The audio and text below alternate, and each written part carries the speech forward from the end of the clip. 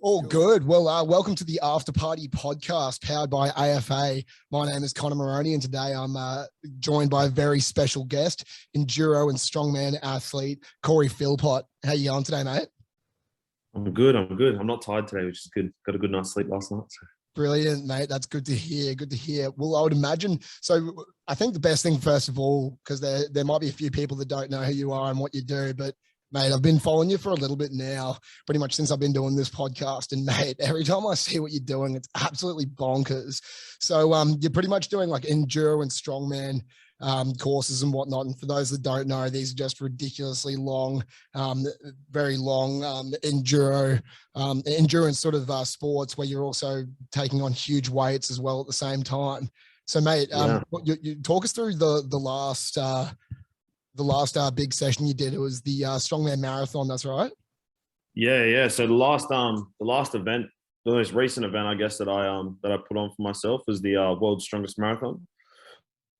This episode of the After Party podcast was brought to you by the Lad Collective. Now, Corey, these boys, I've grown up with them. They're absolutely hilarious. Two brothers from Sherwood and Brisbane, and they're basically designed sheets that are better for blokes in the bedroom. What's your sheet situation looking like at home at the moment? They're shit. No, I shouldn't say that. My wife would kill me. Yeah, well, when the wife's out of the house, you'll be good to go, mate, with these bad boys. They want to get your sheet together. And so what they've got is they've got bottom left, bottom right, top left, top right tags that you can like rip them in to each side. So a monkey could figure it out.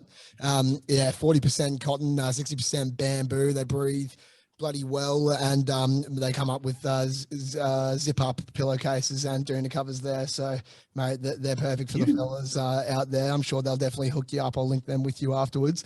If anyone wants to check these guys out or grab a pair of those sheets and get your sheet together, just jump on theladcollective.com.au or check out their Instagram at theladcollective. But we'll get back to it. So yeah, mate, it just cut out a little bit there, but we'll get back to where we were going from. So yeah, just talk us through that last Strongman Marathon that you were involved in. Yeah. So World's Strongest Marathon. It was first designed by a guy called Ross Edgley. He's someone I look up to within this industry, in this space that I want to be a part of. And so back in 2016, I actually read his book, The World's Fittest Book, and he completed the World's Strongest Marathon in 19 hours, and it might have been 30-something minutes, which I was like in awe of, that was like someone could possibly do that. And I had my eye on it for a very long time there. And as I said, I never really thought I was fit enough until probably maybe the last 2 years. Yep. And I really started to find my feet. And yeah, I then said I think COVID came, and it was about, was it March or something, I think, in 2020, where COVID started to hit. And that's when I first, I think it was like around midnight, and I come out to my parents, and I just finished watching a Ross Edgley video, and I come out and I said, in 2021, I'm going to complete the World's Strongest Marathon. And they just kind of laughed it off, like, oh yeah, all right, yeah, whatever. But no, I ended up from there, we ended up doing some testing, and more testing. One thing led to another. I ended up organizing it, then eventually taking out the world record, which is pretty cool. Ended up beating it by 3 hours. All right. Yeah, man, that's absolutely nuts. Because I saw it first of all, and I saw that you'd beaten the record. And my first thought, which I'm sure some people would think, would be like, how many people are actually trying this? And then I saw that you'd beaten Ross Edgley's record, and like, for people that don't know, Ross Edgley is an absolute fucking beast. Like he's a weapon, and like, it's so sick you do have somebody in that space to look up to. But man, like, you even like look at him and the things he's done, and then for you to just absolutely decimate his record by 3 hours, did that give you like a lot of confidence to feel like maybe I can actually, or not maybe, I can actually dominate in this sort of field of this sport?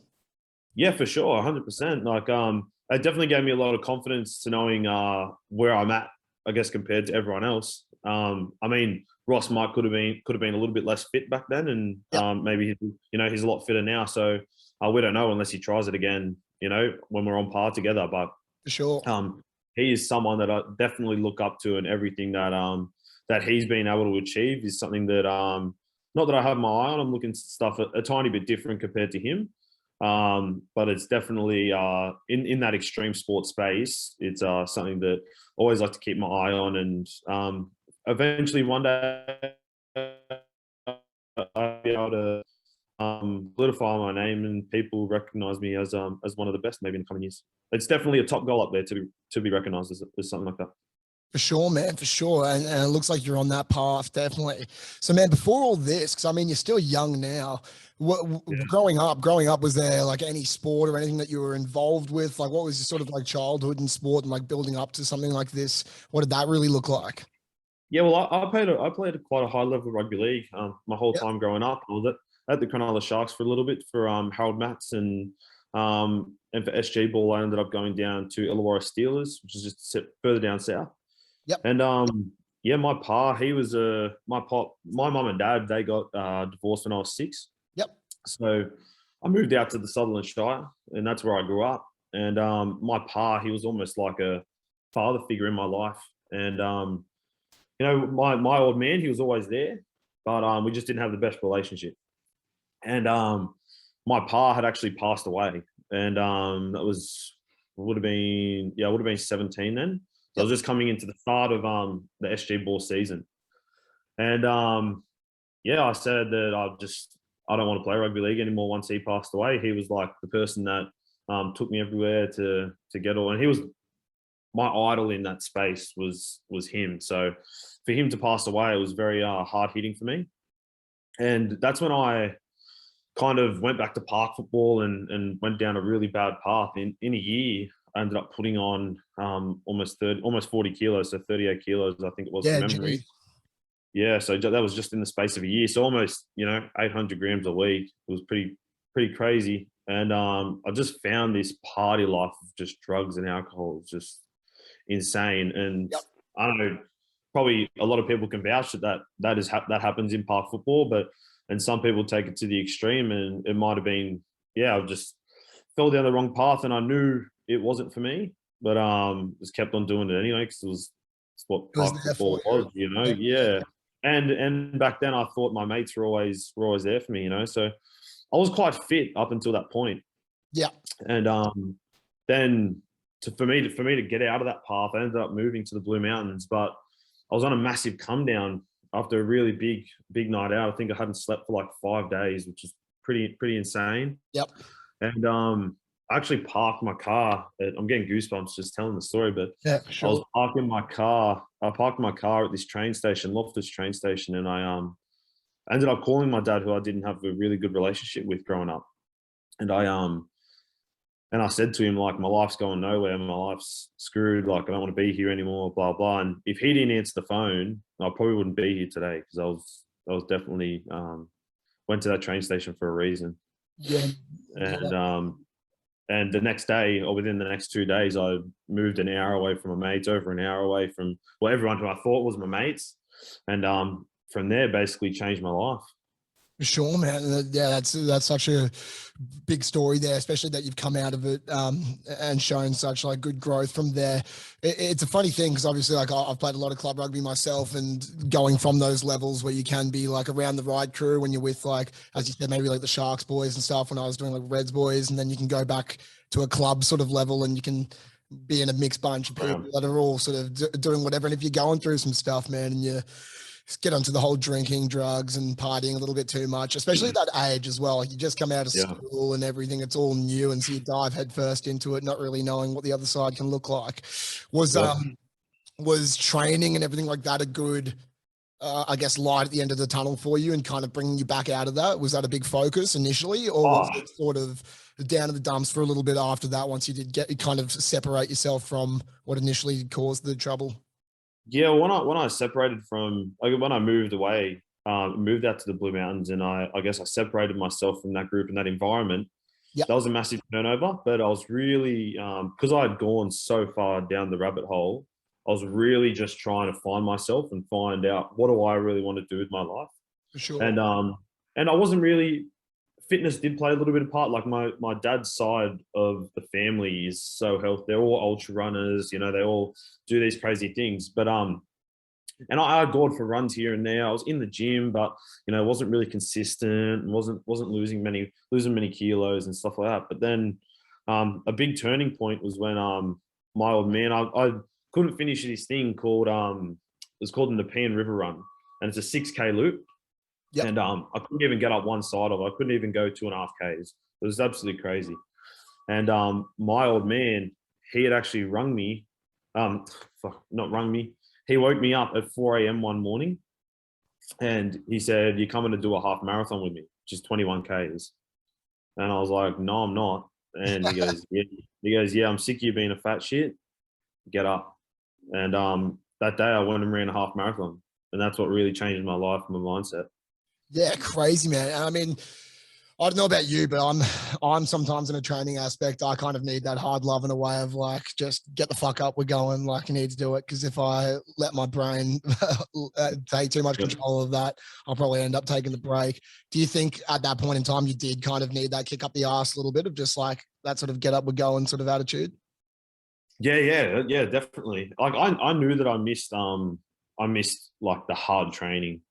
But You're you already know, I doing didn't. it in footy, yeah. Yeah, I just didn't have the drive at that point or the motivation. I was like, yeah, I moved away from my mates. It's a great step.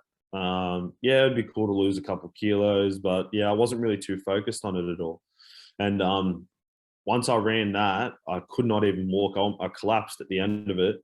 And for me, I was just like, holy shit, if I can do that with zero training, what can I Yeah. do with some training? Yeah. And that just skyrocketed from there. Completely, man. So after that, once you start to kind of get your eyes on the goal a little bit more and start working towards, I assume, probably bigger events rather than the half marathon at that point, were you looking at joining up with any sort of team or anything like that? Or was a lot of the first initial training sort of just you and the road? Yeah, I'd kind of actually grown out of wanting to go back to team sports Yep. after having such a being in such a bad environment. Then I thought I'm just going to focus on myself, and then I just fell in love with me having all the pressure, me having all the explaining to do. You know, everything fell back on me. You Yep. know, there was no blame game. There was no there was no there was always, I had to hold myself accountable the whole time, that if I failed, it was because of me. It wasn't because of anyone else, you know? So guess you could put the success all back on yourself. Like I do have a great team around me that, you know, helps me get to where I am. But at the end of the day, if I don't want to do it, then it all falls back on me. And I just fell out of that team environment. I wasn't really interested in going back. And yeah, that's why I'm just going to stick. I think I've been asked to, you know, come even like little things like playing OzTag and all of that. I've been asked to go and join teams and all of that. I've just seen, I just need time to focus on myself. And I don't know when that time could come to a halt. I might want to, you know, join the team again and play something. But Yeah, I think this individual sport is really, really where I'm at. for sure. So who at the moment, and I guess in those sort of first stages, did you have around you? Like, did you have any like coaching? Was your dad helping out? Was it? Did you have any like guidance? I mean, because obviously, like it would have been a new aspect of you, like entering into these Yeah. marathons and whatnot. Was there anybody that was sort of guiding you and telling you the right things to do, the right ways to train, which comps to sign up for, or were you So searching it for yourself? yeah, I was kind of searching for it myself. When I first left school, I left school when I was 16, and I went and did personal training, and I studied to become a personal trainer. So I had that qualification behind me, and I knew how to train and you know, what exercises work where and all of that. I'm from there, expanded my knowledge and all of that now as I run my own coaching business. But at the start, it was mainly just my old man, like, what races are you doing? Oh, I'm going to sign up for the same ones, you know, Yep. and eventually just found my groove and found my niche of what I wanted to do. And I always was pretty strong from football days. Yep. So, and then I got interested in the strength and endurance side of things when actually a lot of people started saying, "Oh, you're pretty quick for your size." And then I'm like, "Oh, am I?" Like, and then you look around and I'm running with people who are 60 kilos, you know, and Yeah, I'm yeah, for running around sure. 90 to 100 String beans. kilos. Yeah, and it's and that's what really drew my attention. Like, oh yeah, I actually could do something pretty cool here. And and one thing led to another. I just started running further and lifting heavier, and there we are today. Sure, man. And so was the first combination of the like the endurance events mixed with the strongman, was that the marathon that you just recently completed? Was that the first time you'd kind of mixed the two on paper? Yeah, so that was the first major one. I'd always run here and there with a weight vest and stuff like that, but that was just a couple of Ks here and there. But yeah, the first major event of me testing where I was at physically was that World's Strongest Marathon. Sure. And I was always in the gym. When I was in the gym before I started this World's Strongest Marathon, specific training, it was always just we'd be in the gym for 3 or 4 hours just mucking around. Yeah, we wouldn't really, not really mucking around. We do a proper workout, but it was more of a social thing than just coming in the gym. But I knew what I was capable of, and that's why I needed. All right, I'm 24 now, and if I want to really start taking this seriously, then I've got to take the necessary steps to bring it forward. Yeah, definitely. So what did some of that training look like? Because I could imagine the neighbors looking at you running around towing a car behind you be pretty interesting. Was a lot of it to do with actually taking the car with you, or did you have to kind of like look for different options of weight and whatnot to drag along with you leading up to it? Yeah, so we'd actually do every fortnight, every second weekend, we'd do a carpool. Yep. And, sometimes we missed out on the carpool because I didn't have anyone to sit in the car, which means I just had to go do extra strength training in the gym, blah, blah. But they, with the carpools, I think we might have done 9 of them, 9 carpools in total. Yep. And there was only 2 carpools that were successful leading into the World's Strongest Marathon. Hectic. And by successful, you mean like successfully being able to like pull it, or so and everything all holding, like just the general test of it working? So just the me getting the distance. So we had set distances that I was going to do. So only 2 times did I get to the distance that I wanted to. The furthest I pulled the car leading into the World's Strongest Marathon was 15 kilometers. Oh fuck! So that was like a lot shorter than the end goal. So like that. Yeah, you're almost timesing it by 3. Yeah, completely, man. That's crazy. So was there much doubt or anything like leading up into that with that knowledge, like bringing up into it? So, yeah, I got really sick. Leading into it. That was about I think it would have been about 7 weeks out, and I come up with a stomach virus, and I didn't train for. Yeah, I didn't train for 3 weeks, and I was because I was that sick. And what ended up happening was I ended up going back and doing some testing. A lot of people were in my ear saying, "I think you should change the date. I think you should change the date." And I started to get in my own mind, "Oh shit, maybe I should change the date," And but then I decided to go in the gym. I decided to do some testing and see where I was at, and I made PBs in all my major lifts. And I think my body just needed that recovery that it was searching for, So it was almost a forced rest. And after I did that testing, I had 1 more week of training, and then I was in tapering, getting ready for the event. And I actually had two sponsors of the event ring me up after and say, "Oh, we didn't think you were going to be able to do it, eh?" And I was like, "Lucky you didn't tell me beforehand. Maybe it would have got in my mind." Yeah, for sure. So let's get to the actual day of the event. So you started early hours in the morning hours, about 1 in the morning or so? No, I started late at night. So I started at I started at I think it was 6 or 7 o'clock. I started. Yep. We ended up finishing at about 11, maybe o'clock in the next day. Yeah, right. So who was with you at the beginning of that and like kind of throughout the race? Oh shit! I had a whole team of drivers with me, which were helping me out throughout the whole process. I had 2 guys helping me with my nutrition the whole time, making sure I was getting the right amount of calories in. Because if I didn't have them there, like my head was just focused on just keep this car moving. I had literally had someone stood there next to me for the whole 16 hours with 2 water bottles. One had Tailwind Nutrition in it, one of my nutrition sponsors, and then it had just water in the other. And he was forcing me to drink it. He said, "Drink now." Yep. drink now for the whole 16 hours. And but at the start of the event, I think we've had about 300 or 400 people there. Oh, crazy. Yeah, getting ready to watch. We had a couple people come and speak, and we did a little speech at the start, and then we got on our way. Hectic. So that was a mad crowd there to begin with, getting you Yeah. going. But man, I've watched a lot of stuff in regards to like enduro athletes and whatnot, like the likes of Cam Haynes, Goggins, like some of the big names, Ross Edgley and whatnot. And they always talk about like how obviously some races, especially if they're really deep into it, they can start to really find those dark points of their brain where like I've even heard some of them even like hallucinating and seeing crazy things whilst they're running along. I saw the end of your race, you looked like you were bloody chilling at the end. You're like, I'm not even that sore cruising. Were there points throughout the race where you were hitting those really dark points? Yeah, well, one thing I don't think many people know is that I actually started cramping from 6Ks in. Oh, Jesus. Yeah, so probably about I think it would have been about from 2 hours in, I was already cramping. Oh no! And so, was there any like? I guess there sort of isn't that many rules established, I'd imagine. But like, how often are you stopping? Are you stopping at all? Like stretch breaks or anything like that?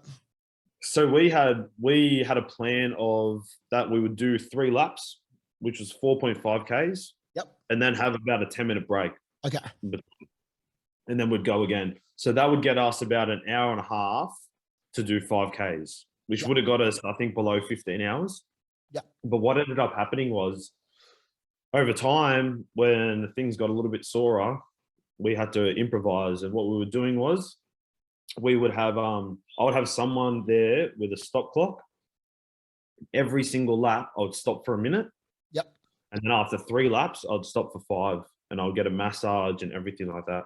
Just so you get a little bit more time to recover in between each lap. Yeah. So there wasn't any ruling on what you can do. It's just beat fucking Ross Edgley. Yeah. Because another thing people don't know too is this thing wasn't done through Guinness World Records, right? Guinness World Records a little bit controversial for the world's strongest marathon because someone before me, probably I think it was in 2019, submitted because Ross Edgley didn't actually submit the world's strongest marathon to Guinness World Records. Right. Okay. He just went and did it because he's a savage and he wanted to do it. He just wanted to fucking do it. Yeah. Yeah. And a guy actually came in and did the world's strongest marathon and put it through Guinness, but he pulled a 700 kilo car, which is half of what less than half of what you did. Yeah. Yes. So he Guinness said to me, yeah, this is the weight that you need to pull to do it. And I thought to myself over and over again, and I did think about doing it. And I said, you know what? Ross is the person that I've looked up to for so many years. I'm going to compete with him. I don't want to compete with this guy who I don't know. And who didn't even, just half the weight. I actually reached out to that guy and said, oh, congratulations, blah, blah. And then I ended up finding out how heavy his car was. And in his videos, he was calling Ross Edgley a bedwetter and, he's a pussy and all of that. Yeah. And once I find out his weight, I said to the guy, don't you think that's a bit disrespectful?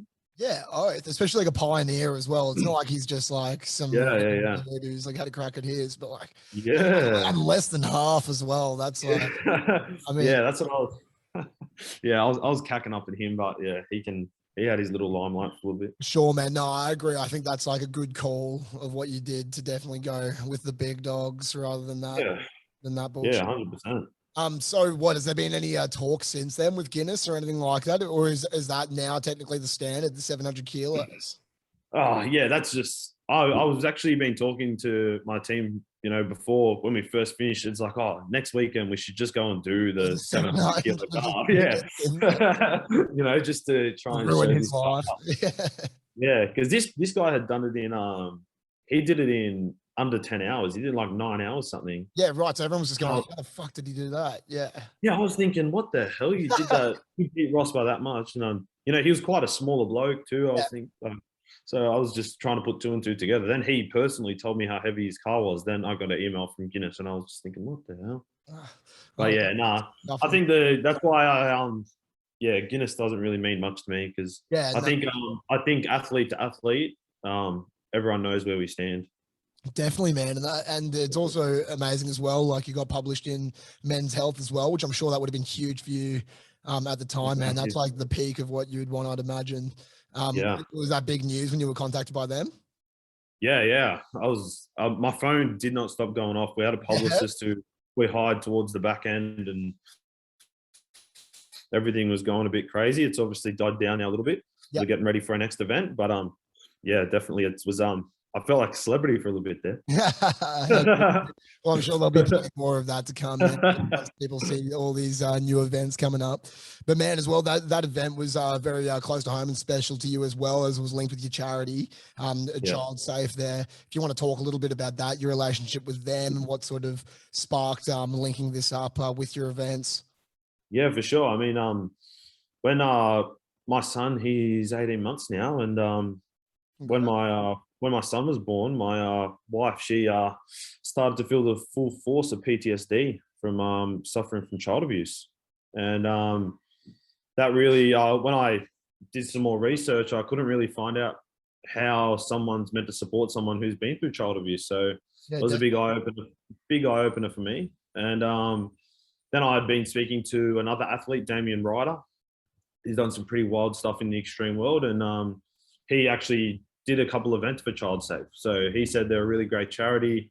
I ended up speaking to the CEO and all of that. So then I just linked up with them, and we ended up raising $40,000 for them, which is oh pretty man, that's cool. crazy, hectic. Yeah, and and I think they're using it to develop their new body safety awareness course for children, which is pretty cool. Yeah, But awesome. yeah, definitely a great charity. As they just are all about just trying to keep our children safe, which is the main slogan of the world's strongest marathon. Yeah, for sure, man, which is great. That's so awesome. And I'm sure if there's anything that we can do as well to help out, will definitely do that as well, man. So that's great. I'm glad that you get to bring that up and bring some light to that situation for sure. Yeah. And then into other news, you're doing even more crazy shit now. So in November, it's November, yeah, that you're looking at doing the Yeah, World's yeah. So Strongest November. Ironman. Yeah, Yeah, crazy, so man. So November. have you completed an Ironman before in general? I've never completed an Ironman before. And for those that don't know, what is it? A 3.86K swim, 180K bike ride, followed by a Yep. 42K run Yep. straight into a marathon just to finish it off for dessert. Mate, Yep. so that in itself is a crazy bloody feat just to do in general, but you're planning on doing it whilst dragging along and carrying a 100-pound tree or a log. Is that right? Yeah. Yeah, for sure. That's I saw you a couple of weeks ago on the gram running around with a log on your shoulder. I was like, oh, fuck, what's he doing now? And about yeah. it, I was like, hectic. So, yeah, talk us through that, like the build up to like wanting to do that. And then I guess the idea of having like the tree or log or whatever you want to call it with you and how that sort of aspired. Yeah, well, this is another thing that has stemmed from one of the people I look up to, Ross Edgley. Again, like he's completed the tree man. Oh, sorry, the triathlon, Yep. which was an Olympic distance triathlon with a 100-pound tree on his back. Yeah. Hectic. And I think there's been four more people that I could find online when I did a bit of research that they have completed the triathlon, but no one has ever completed a tree man before. So I'm looking to I think it's almost times four an Ironman to Olympic Oh, distance yeah. triathlon. Completely blitzing it. Yeah. Yeah, so I'm looking to do an Ironman instead of just doing an Olympic distance triathlon. Crazy, man. I've got a lot of questions for this one.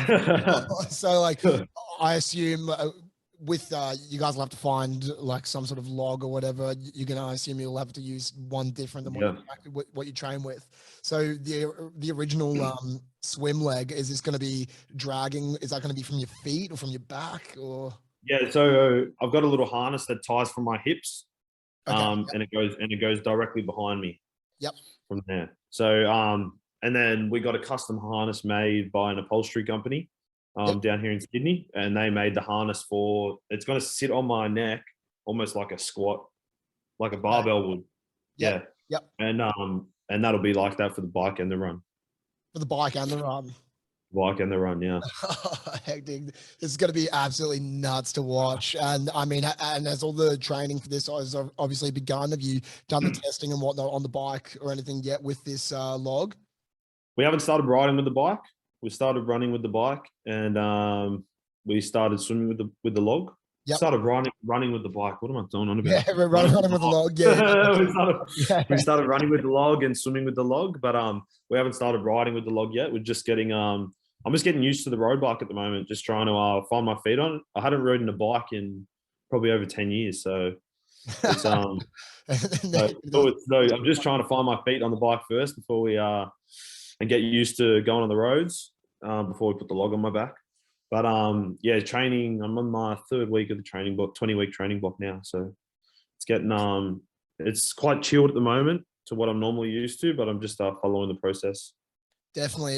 Do you think you'll link up with anybody at all that have completed the Ironmans and whatnot to maybe give you any guidance or anything like that, or do you think you're just going to kind of figure this one out yourself? Yeah, definitely. I'm going to try and reach out to some people and just get advice from what do they do for. I've already been asking people what they do for nutrition on the bike because you don't really want to stop and stuff like that. So again, this is exactly like the World's Strongest Marathon. I've spoken to for the World's Strongest Marathon. I try to speak to some experts in their field, but they said like, oh, you're just gonna have to do testing. Like we literally don't know. And there was also a couple of people who I said, oh, do you reckon you might be able to coach me to this? I ended up coaching myself to the World's Strongest Marathon. I'm doing myself to this.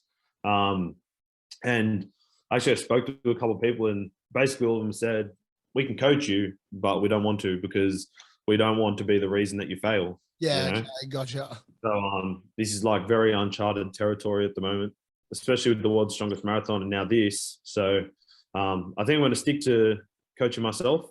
It's seemed to work so far. And just get guidance off others. Definitely. And do you find it, I guess, either intimidating that this hasn't been done before? I mean, the things that you have tried in the past, there has been, I guess, a pathway in front of you by people like Ross Edgley and others that you've mentioned before. This time it's completely, as you said, uncharted territory. Do you find excitement in that, or is there a little bit of intimidation? Or no, I don't think it's intimidation. I think it's definitely scary.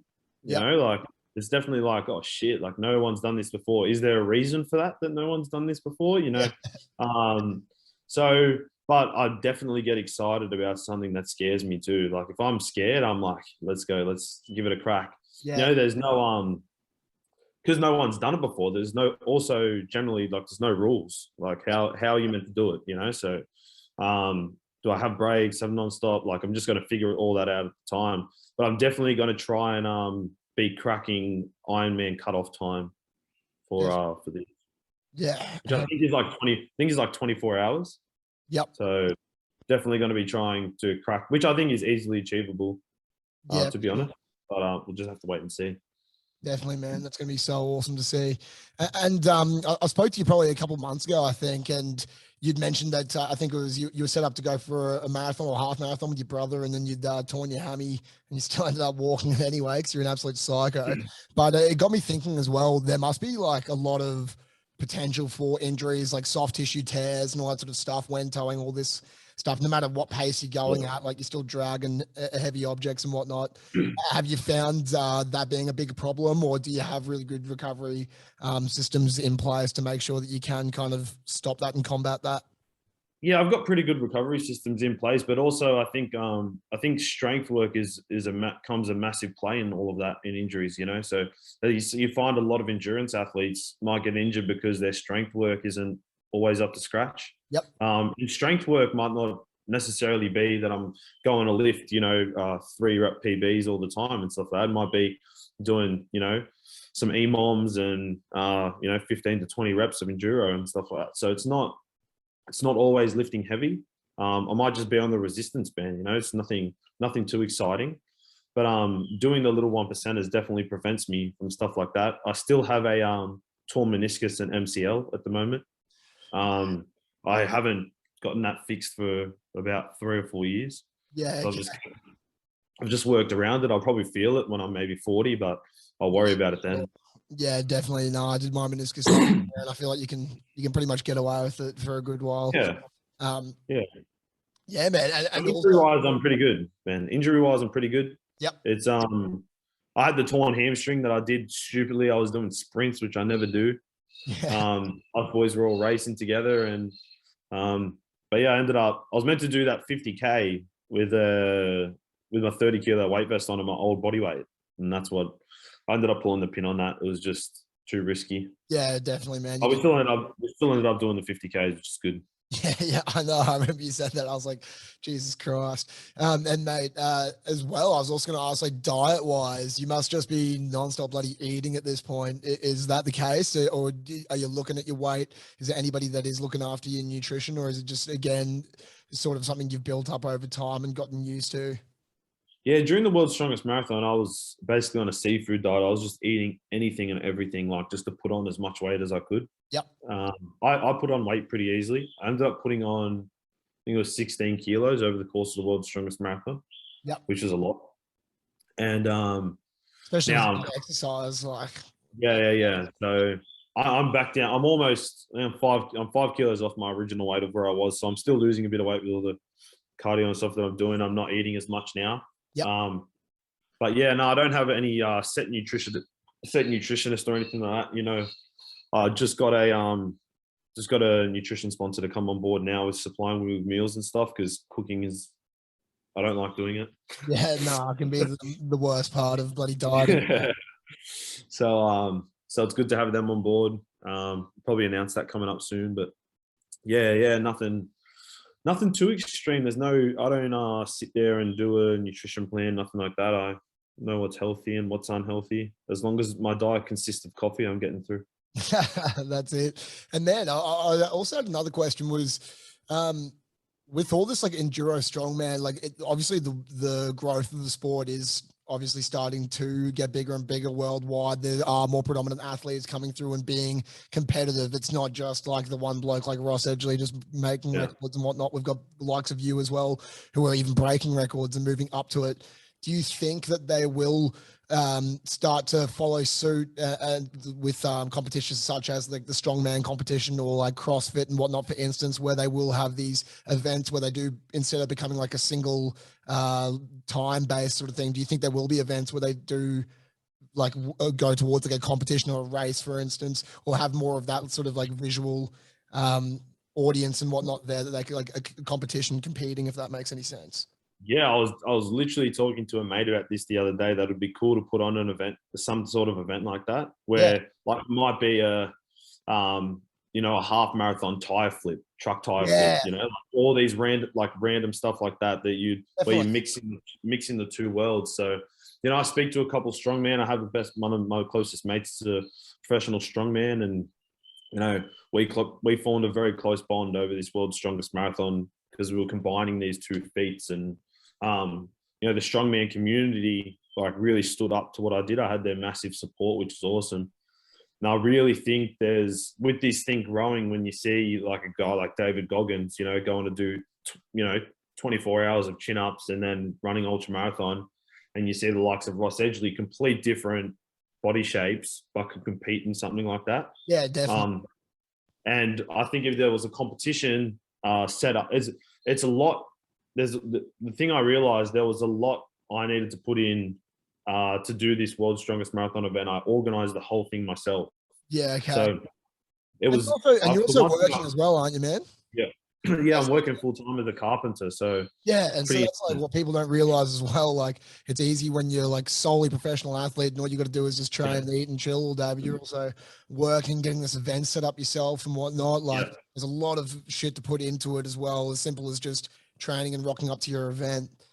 That's it, man. But this is the thing that you get to reap the rewards in the coming years. You just definitely put in the hard yards now, and as I said, reap the rewards. But the number one lesson I learned during that whole World's Strongest Marathon is the athlete needs to be the athlete, and you need to have someone that organizes the event, because the amount of stress I put myself through was crazy. Yeah, and it just takes away from like your actual performance. Yeah, exactly right. Is there anything with the strong, with the tree man coming up? Is there anyone that is going to be taking more of the reins, like of the responsibility of setting that up, or is it going to be pretty similar to the last event? Well, so the good thing about the tree man is that you can swim. I've just organized with a pool to swim somewhere. Yep. That's all cool. And we also have this river near us that we can swim in if I want to, which is open to the public. The roads and the pathways are open to the public, and for biking and running. So there's no organizing of that event that I really need to